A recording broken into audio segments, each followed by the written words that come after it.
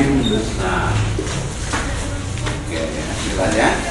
Secara definisi, normalitas adalah jumlah zat ekivalen, atau bahasa kitanya jumlah zat yang setara di dalam larutan 1 liter.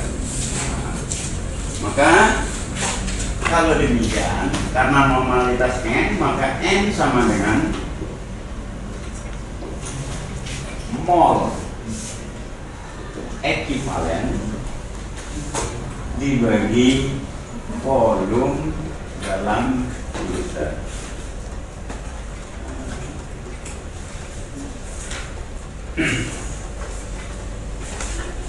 Jadi mol ekivalen. Nah, apa itu ekivalen? Ekivalen itu setara. Jadi dia bukan persis, tapi kalau molaritas kemarin sama. Artinya mol hitung sama dengan mol hasil kamu larutkan. Beda dengan normalitas. Normalitas mol hitung boleh jadi sama dengan mol larutan atau mendekati sama, maka disebut dengan ekivalen. Jadi bahasa Indonesia yang pasnya adalah setara. Paham ya? Jelas? Oke, baik. Maksud setara itu, misal, ini siapa namanya? Nurul. Nih? Apa? Luciana. Kan setara. Secara fisik perempuan, secara jenis kelamin perempuan, punya sama-sama telinga 2 segala macam. Tapi begitu dibandingkan sebenarnya tidak sama. Sama dengan ini. Jadi apa itu mol ekivalen? Mol ekivalen yang tadi kita sebut mol kesetaraan adalah massa zat atau massa zat terlarut, Bapak kasih MT, dibagi dengan bobot ekivalen. Paham ya? Di mana bobot ekivalen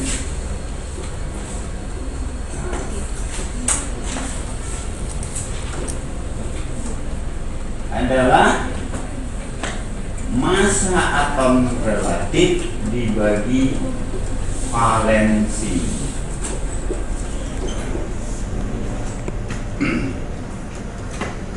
Oke, baik. Sekarang kita kenali dulu apa itu valensi.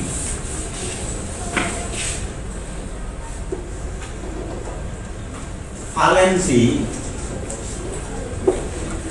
ini bisa kita sebut dengan derajat. Derajat asam atau derajat basa atau derajat elektron di dalam reaksi redox. Oke. Yuk kita lihat satu-satu. Valens derajat asam. Nah, derajat asam ini ditentukan oleh berapa banyak ion hidrogen positif yang dihasilkan oleh suatu asam. Nah, sebagai contoh, asam klorida ini kalau dilarutkan dalam air berubah menjadi elektrolit menghasilkan H+ asam dengan klorida, sehingga Sehingga kalau kita lihat 1 mol asam klorida ini setara dengan 1 mol ekivalen asam. Di mana asam adalah jumlah ion hidrogen yang dilepaskan. Contoh lain, asam sulfat rumusnya ini terelektrolisis di dalam air menjadi A tambah SO2 H-nya berarti pada kasus ini 1 mol asam sulfat setara dengan 2 mol ekivalen asam. Paham? Jelas ya? Jelas ya? Lihat H-nya. Nih.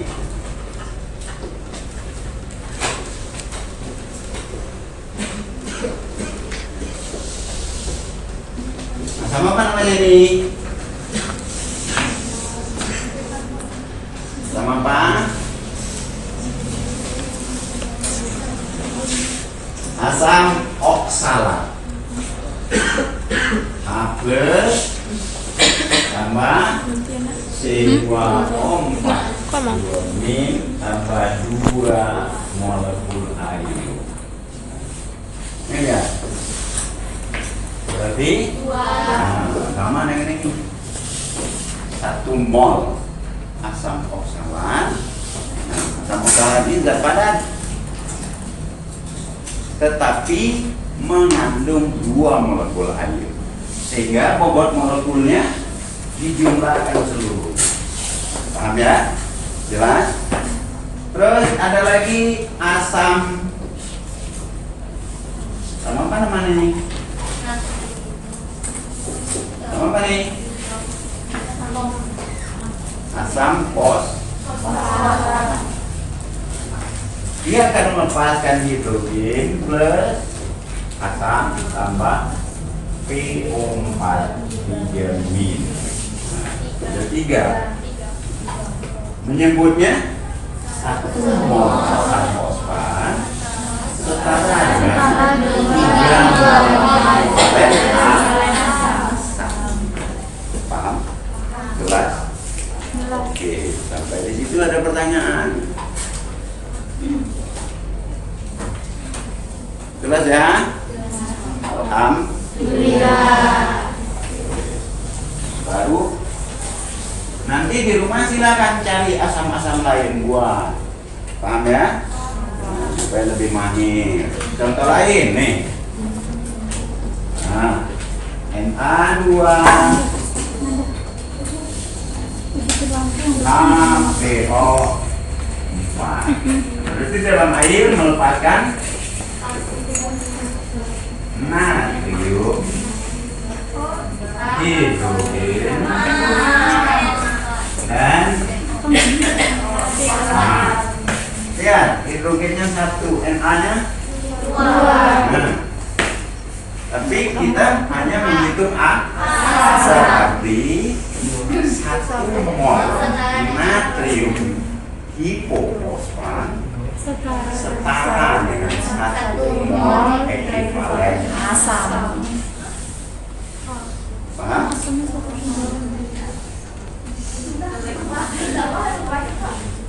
Kenapa tidak paham? Hanya 1. Hasilnya berarti 1 mol setara dengan 1 mol asam.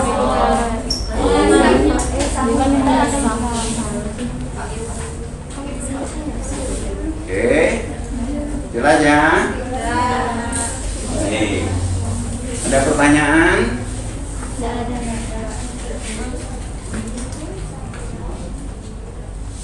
Kalau sudah, kita masuk kepada derajat basa. Mirip sebenarnya. Tugasmu di rumah cari sebanyak-banyaknya asam, tentukan mol ekivalen.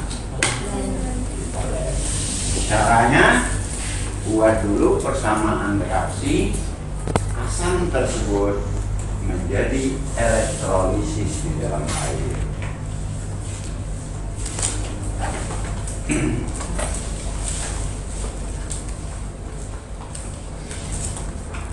Kalau sudah, kita masuk ke derajat basa.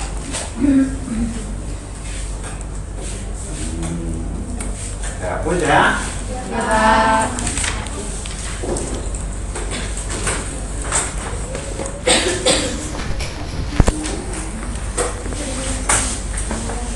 Sama kayak tadi. Kalau derajat asam adalah jumlah atom, jumlah ion hidrogen yang dilepas, maka derajat basa adalah jumlah ion hidroksida yang dilepas. Nah, paham ya? Jadi semua senyawa yang ada OH-nya kita tulis. Misal kemarin pernah lihat melarutkan NaOH ada? Ada kan? Jadi kalau dia di dalam air berubah menjadi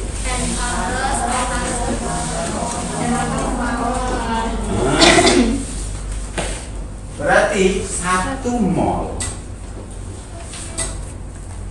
natrium hidroksida setara dengan 1 mol ekivalen basa. Sama. Yang lain misalnya magnesium hidroksida. Magnesium golongan berapa? 2. Berarti melepaskan 2 elektron. Hasilnya OH min. Di sini ada 2. Kalau di depan berarti mol. Berarti 1 mol magnesium hidroksida setara dengan 2 mol ekivalen basa. Apa lagi? Kita tadi contoh yang 3, aluminium hidroksida. Sama. Aluminium golongan 3A, 3 plus tambah hidroksida. Nih. Paham ya? Jelas? Oke, baik. Tugasnya sama. Cari senyawa basa, kemudian tentukan mol ekivalen. Nah, zat-zat ini kalau kita hitung normalitasnya boleh jadi sama dengan ini, tapi bisa jadi mirip dengan ini. Misal kita hitung di sini 1 normal, begitu kita praktekkan boleh jadi hanya 0,0999 atau justru 0,1111. Itu makanya disebut dengan ekivalen. Nanti akan kita lanjutkan. Kalau dia hitungnya sama dengan prakteknya, maka dia disebut dengan standar baku primer. Kalau dia hitungnya mirip dengan prakteknya, maka kita sebut dia dengan baku standar baku sekunder. Tapi ada juga yang lebih meleset jauh, maka disebut dengan standar baku tersier. Paham ya? Jelas? Ada pertanyaan? tahu apakah ngerti atau tidak, yang jelas. Silakan, ngerti ya? Paham ya?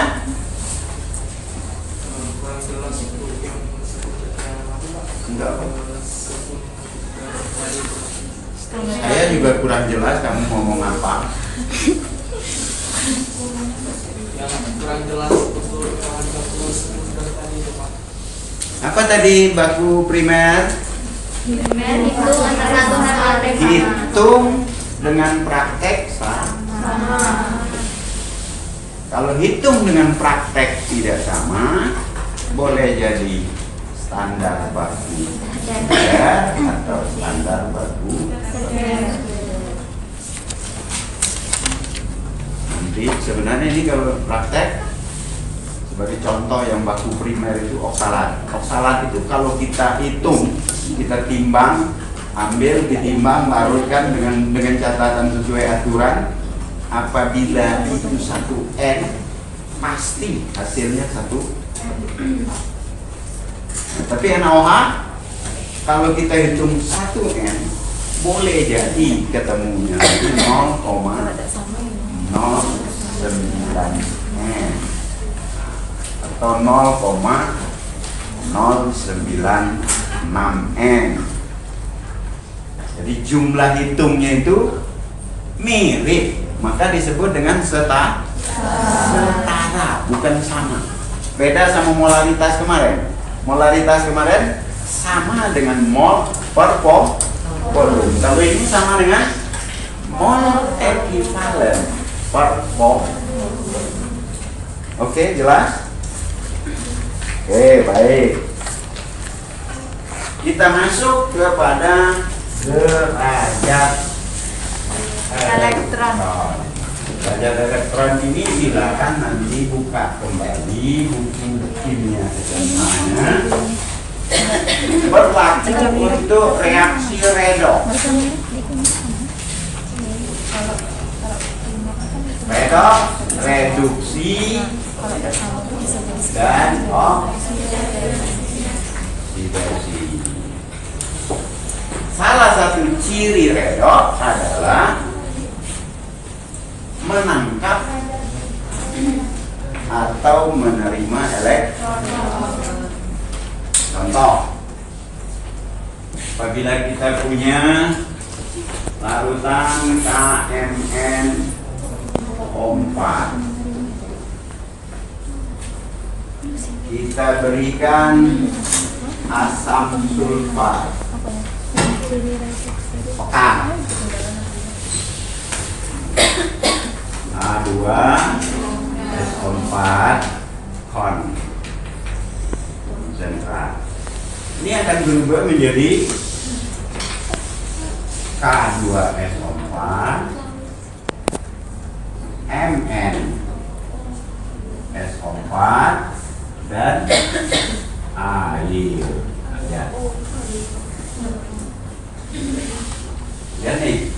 Ini kalau kita hitung O 1O 2 min, ada 4. Satu dia ini menangkap 2 elektron. Kenapa? Dia di golongan 6.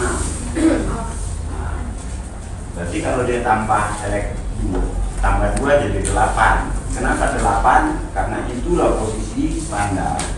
Berarti setiap O punya 2 kali 4. K berada pada golongan 1A, berarti plus 1. Nah, maka Mn nih 8 tambah 1. ini 8 plus 7. 8 plus 1, jadi min 7. Sehingga agar agar senyawa ini netral, maka Mn bermuatan plus 7. Paham ya? Jelas? Sama misalnya nih BaSO4, ya kan? O-nya 2, min 8. Ba-nya golongan 2A plus 2. Maka S plus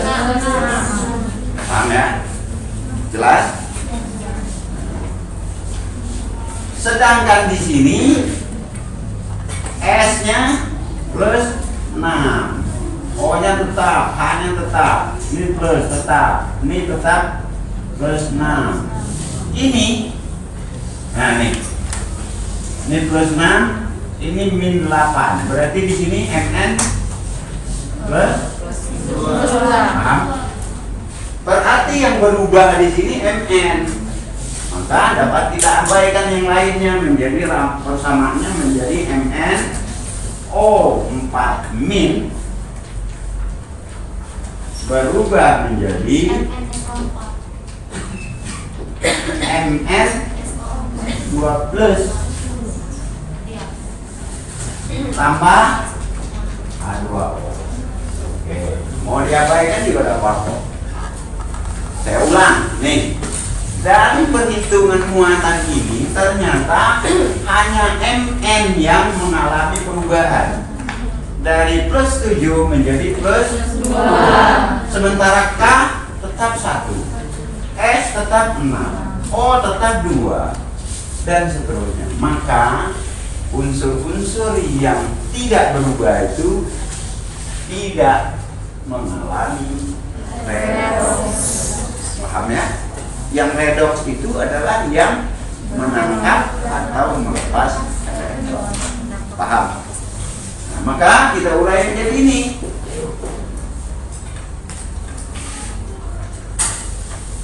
Dari mana datangnya H? Dari H plus. Oke? Jelas tuh? Paham? O-nya dari sini. Maka kita lihat O-nya 4. Sini 1. 4 kali 1 konsekuensinya H jadi 8. Nah. Paham? Bapak ulang. Nih. Nah, apa tuh? O-nya 4. Satu molekul air hanya mengandung 1. Di dalam reaksi kimia berlaku hukum kekekalan massa. Kiri kanan harus sama. Jumlah mol harus sama, jumlah atom harus sama, dan selain sebagainya harus sama. Maka agar 4 ini dikali dapat 4. Konsekuensinya akan muncul 4 kali 2 8 H muatannya. Paham?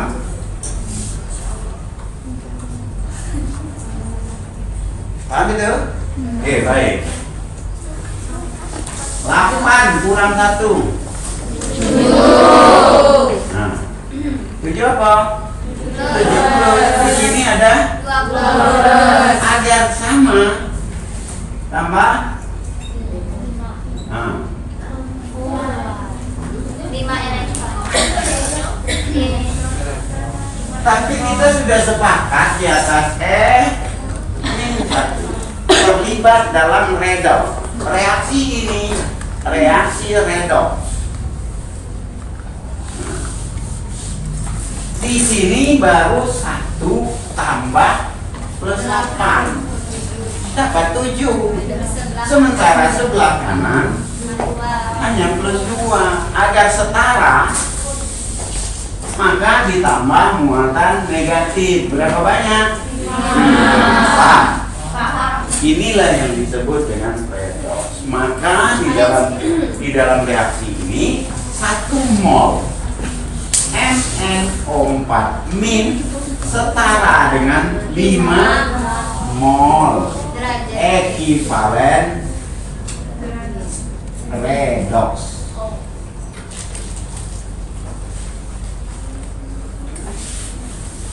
Contoh lain banyak, misalnya kamu punya NaClO3 berubah menjadi Cl min. Nah nih, sementara Cl di sini, nih 3 kali 2 5. Plus 1. CL di sini plus 6. sementara CL min 1. Agar jadi min 1 maka tambah kok 6 bagian saya ulang ini 5 plus hasilnya 1 min. Tadi dalam reaksi kimia kiri dan kanan sama karena berlaku hukum ketekanan massa zat sebelum dan sesudah reaksi sama. Konsekuensinya jumlah atom harus sama, jumlah muatan harus sama. Muatan kiri klor plus 5, muatan kanan plus min 1. Agar plus 5 menjadi min 1 paham? Oke, baik. Nanti sama di rumah cari reaksi redox, tentukan berapa mol ekivalen redox. Ada pertanyaan?